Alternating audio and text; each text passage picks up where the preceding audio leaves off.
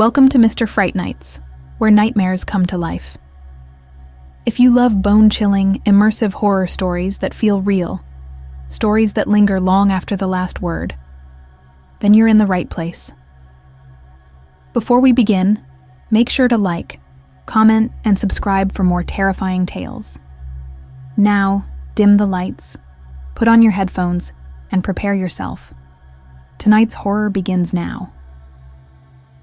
My name is Brianna Reese, and I'm 22 years old. I work as a night shift security guard at a remote shipping facility. My supervisor insisted it would be easy, walk around a few times, watch the monitors, then lock up. That's all. Easy. Money. But tonight, there's a tension in the air. I feel it the moment I step inside the massive warehouse. Flickering fluorescent lights buzz overhead, forming a low, monotonous hum that irritates my nerves. Rows upon rows of tall crates fill the space, creating shadowed corridors that seem to extend forever.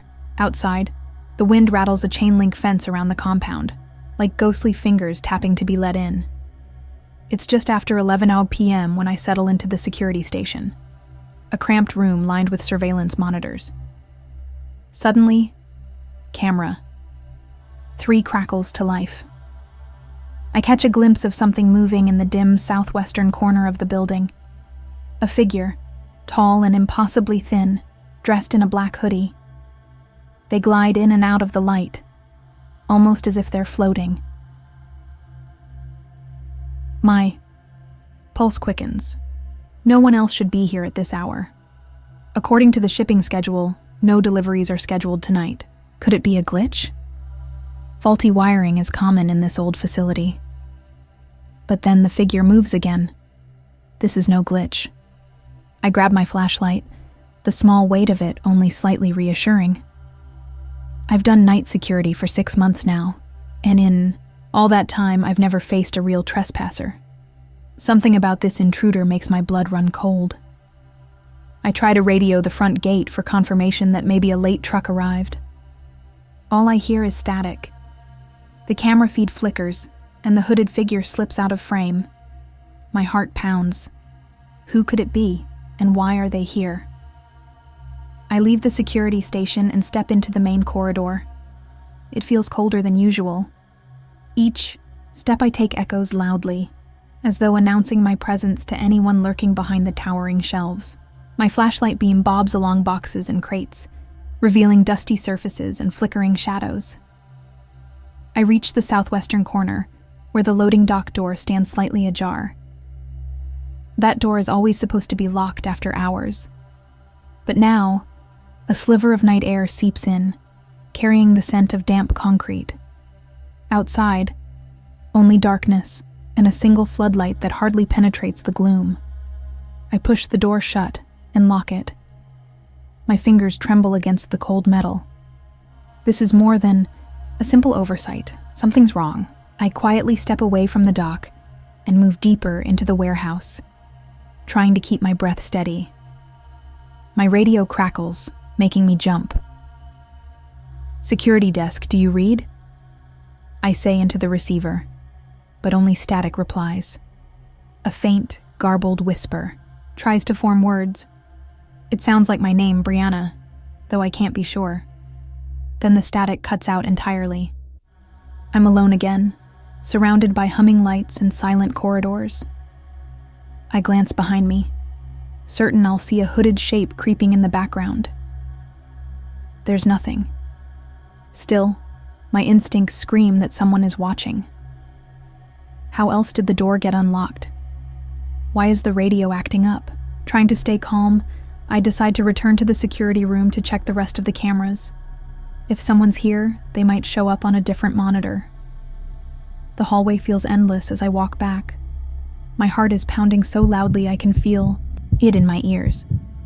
Before turning the final corner, I notice a dark shape skitter away from the edge of my vision. When I reach the security room, the door is open slightly wider than I left it. Heart pounding, I slip into the security room and scan the monitors. Camera 1 shows static. Camera 2 points to a hallway with neat rows of crates, nothing out of place. Camera 3 flickers, revealing the dark corner where I first saw the figure, but now it's empty. Then I check camera 4, which faces the brake area near the loading docks. A grainy image appears on screen. My breath catches in my throat. The hooded figure stands near the vending machines, motionless, as if waiting for something. Its face is turned toward the camera, though I can't make out any features. A chill runs down my spine. Slowly, the figure tilts its head, as if acknowledging me through the lens. Then, in an instant, the feed cuts out. Static fills the monitor. Anxiety washes over me, but I force myself to remain calm. I grab the desk phone to call the police. No dial tone. Frustration and fear twist my stomach. The phone line is dead. My cell phone, which usually has weak but usable reception, now shows 0 bars. It's as though this place has been sealed off from the world. Exhaling a shaky breath, I stand and notice a small postcard lying on the floor. My heart nearly stops when I realize it's a postcard from Jake, my ex-boyfriend, one he sent me months ago from a beach trip. I was sure I kept this at home in a dusty drawer. Yet here it is, in this warehouse. Scribbled across the back, beneath Jake's old message, are new words in jagged letters. I am here. I stare at it, trying not to panic. Did the intruder bring this? How did they even get it? My stomach churns as I tuck the postcard into my pocket. I have to find whoever's tormenting me and stop them. I leave the security station again, my flashlight slicing through the dark corridors. Each step is measured, each breath controlled.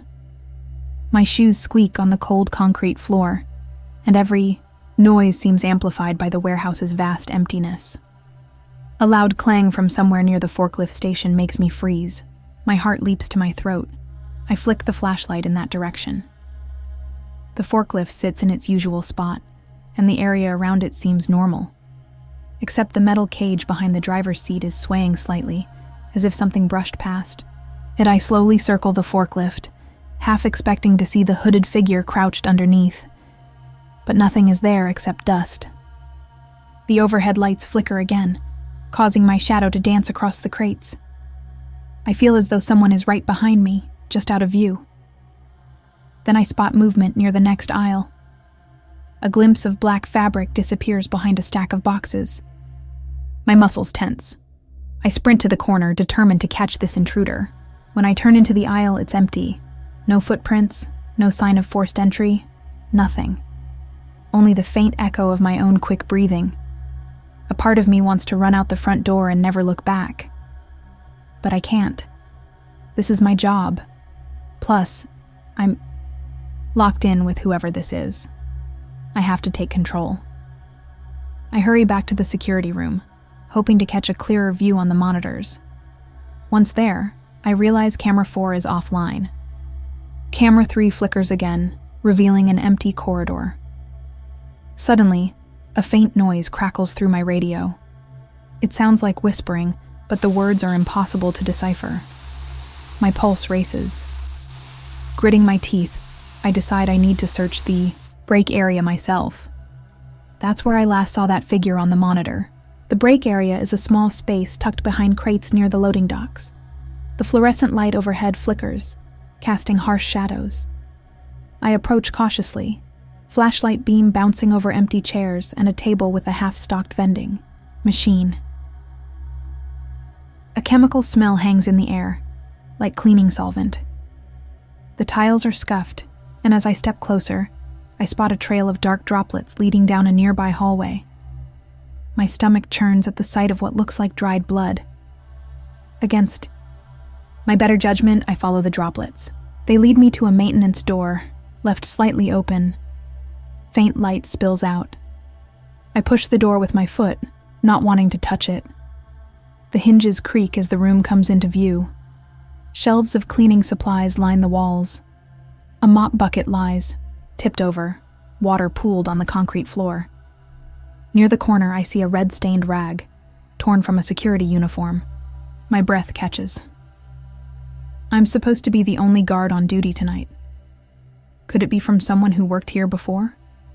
Or is someone else scheduled without my knowledge? A photograph rests beside the rag. My flashlight reveals a picture of me and Jake, taken over a year ago on a date. There's a smear of dark red across it. My throat tightens. That photo was tucked away at home too.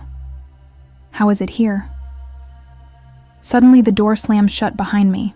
I whirl around, yank the handle. It's locked. Panic surges. I bang on the door, shouting, "Who's out there?" Footsteps echo in the hallway, slow and purposeful. My heart races as I press my ear to the door. A muffled whisper filters in. "Brianna, I see you." My skin prickles. I slide to the floor, choking on terror. Whoever this is, they know me, and they've been in my private life for a while. Crouched in the dark maintenance closet, my mind spins. I flick my flashlight around, searching for a possible escape. A small vent near the ceiling is too small to crawl through. Shelves block the walls on either side. The doorknob doesn't budge no matter how hard I pull. I try to calm my racing thoughts. Maybe I can pry the door open with a tool. I rummage through the supplies, scattering mops and buckets in my haste. Finally, I find a sturdy screwdriver. My fingers shake, but I wedge the tip against the latch, pushing with all my might. Metal squeals. My arms tremble from the effort. After several tense seconds, there's a clunk.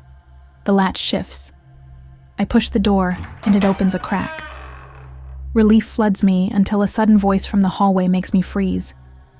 It's a tinny, eerie lullaby playing over the warehouse speakers.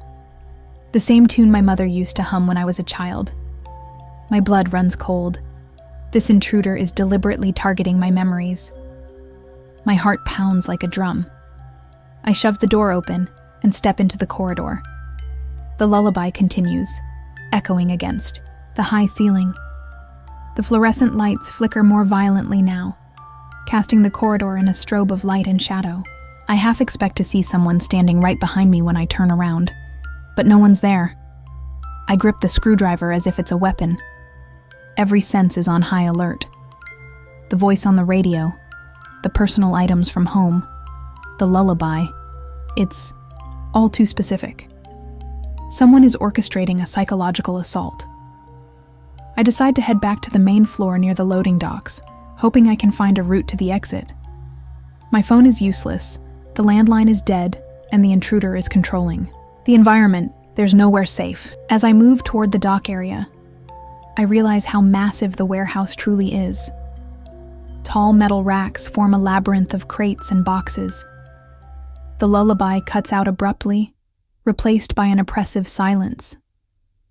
The only sound is the hum of the lights and my own ragged breathing. My flashlight catches a glimmer on the floor. It's a puddle of water leading to an open loading dock door. The cold night air rushes in, making me shiver. Papers flutter across the concrete, and a single overhead light buzzes in protest. The footprints in the puddle are large, definitely not mine. I crouch beside them, trying to see if the tracks lead outside. They disappear into darkness beyond the floodlight's reach. My heart pounds. If the intruder left, why do I still feel like they're here? Could there be more than one person involved? Despite my fear, I move cautiously out into the cold. The wind whips against my face. Gravel crunches under my shoes. The fence around the property looks tall and forbidding, a dull metal barrier against total blackness. A part of me wants to sprint for the road, but it's miles away, and I don't know what else might lurk in the shadows. Suddenly, a noise snaps me back to the moment. Something rustling near the pallets stacked against the building. I raise my flashlight and see nothing except wooden slats and scattered debris. Then I notice a photo pinned to the fence. I step closer and nearly drop my flashlight. It's a snapshot of my own bedroom, taken from a low angle. The bed is unmade, the curtains drawn. I'm there in the shot, asleep. unaware. My heart feels like it might explode. This person, whoever they are, has been inside my home. Horror and rage collide in my mind. Someone's been breaking into my life, piece by piece, leaving notes and photos to torment me. My fear twists into determination. I can't let this continue. I rip the photo off the fence, my hands shaking. Then I hear a quiet scraping sound, like metal dragged over concrete, coming from the dock behind me. My skin crawls. I hurry back, inside, ignoring the cold and the darkness outside. I'd rather face whatever is in here than be alone in the night with it lurking around. Stepping into the loading dock bay, I see that the door has slammed shut again. The space is eerily still. My flashlight beam reveals scattered crates and a forklift in the corner. A single overhead light casts a sickly glow. I inch forward. Suddenly, I notice the lullaby has resumed, but it's warped, playing in reverse. Each note sounds like a distorted wail. Goosebumps spread over my arms. My breath comes in shallow spurts. "Show yourself!" I yell, voice trembling, despite my bravado. "Why are you doing this?" No answer. Only that reversed lullaby echoing from the speakers. I decide that my best option is to get back to the security room, lock it down, and try to fix the phone line or radio. If I can't get help from outside, maybe I can outlast the intruder until morning. As I make my way through the corridor, I sense movement just at the edge of my vision. The hairs on my neck stand up. It's like being hunted by a shadow. The overhead lights flicker, and I break into a half-run, fighting the urge to scream. I'm done playing this game. It's time to confront the intruder on my own terms. I return to the security room, heart hammering. The door is wide open, light pouring out. Stepping inside, I find the monitors filled with static. Papers and chairs are tossed everywhere. My chest tightens. The intruder must have ransacked this place. In the center of the floor sits a small cardboard box wrapped in plain brown paper. A note on top, written in slanted black marker, reads, "Hello, Brianna." My stomach flips. I approach cautiously, keeping my flashlight trained on the box. I kneel and peel the paper back. Inside is my old cell phone, the one that disappeared weeks ago. I press the power button, and to my shock, it turns on. There's a single video file stored there. With trembling fingers, I tap the icon to play. It's a grainy, night vision recording of the warehouse corridors, time-stamped just minutes earlier. The camera follows me from behind, capturing every cautious step as I move among the crates. My blood turns to ice. The intruder was filming me from mere feet away. In the footage, I pause and look over my shoulder, suspicious, but the camera vantage point shows that I don't see the hooded figure lurking behind a tall crate. I drop the phone, revulsion and fear coursing through me. Whoever this is, they've been following me so closely, it defies logic that I never caught them in the act. My mind reels with questions. How did they stay hidden? What do they want? A sudden crackle from the radio startles me.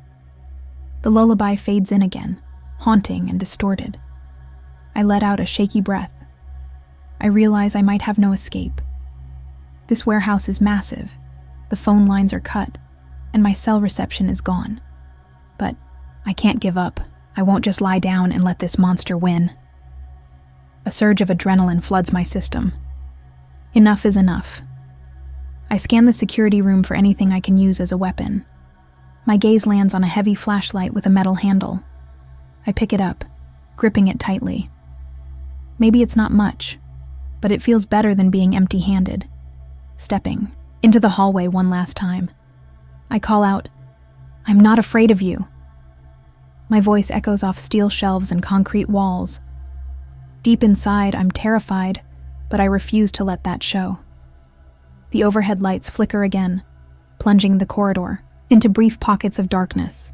Each time the lights cut out, I fear that I'll see the hooded figure standing inches from me. I reach a side entrance where there's another phone line. The keypad has been ripped out. Wires hang like entrails. My breath hitches. A cold wind from somewhere ruffles my hair. Footsteps approach from behind, soft, deliberate. I spin around, shining my flashlight down the corridor. Nobody's there. My ears ring with the silence. The footsteps stop. A single overhead light buzzes, flickers, then goes out completely. In the darkness, I realize I'm not alone. I sense a presence behind me, the faintest brush of cloth against my jacket. My heart freezes. Slowly, I turn. In that instant, the lights flicker back on. The corridor is empty. But for a split second, I swear I see the tall, hooded figure in my peripheral vision. When I pivot to look directly, it's gone. My skin crawls, and a scream builds in my throat. Then the overhead speakers crackle, and a whisper escapes. "Right behind you, Brianna."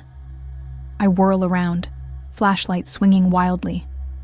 My vision blurs with panic. The corridor spins. Darkness descends, again as the lights fail for the final time. Somewhere in the blackness, I hear quiet, steady breathing, then a sudden rush of movement. And just like that, my world collapses into terror.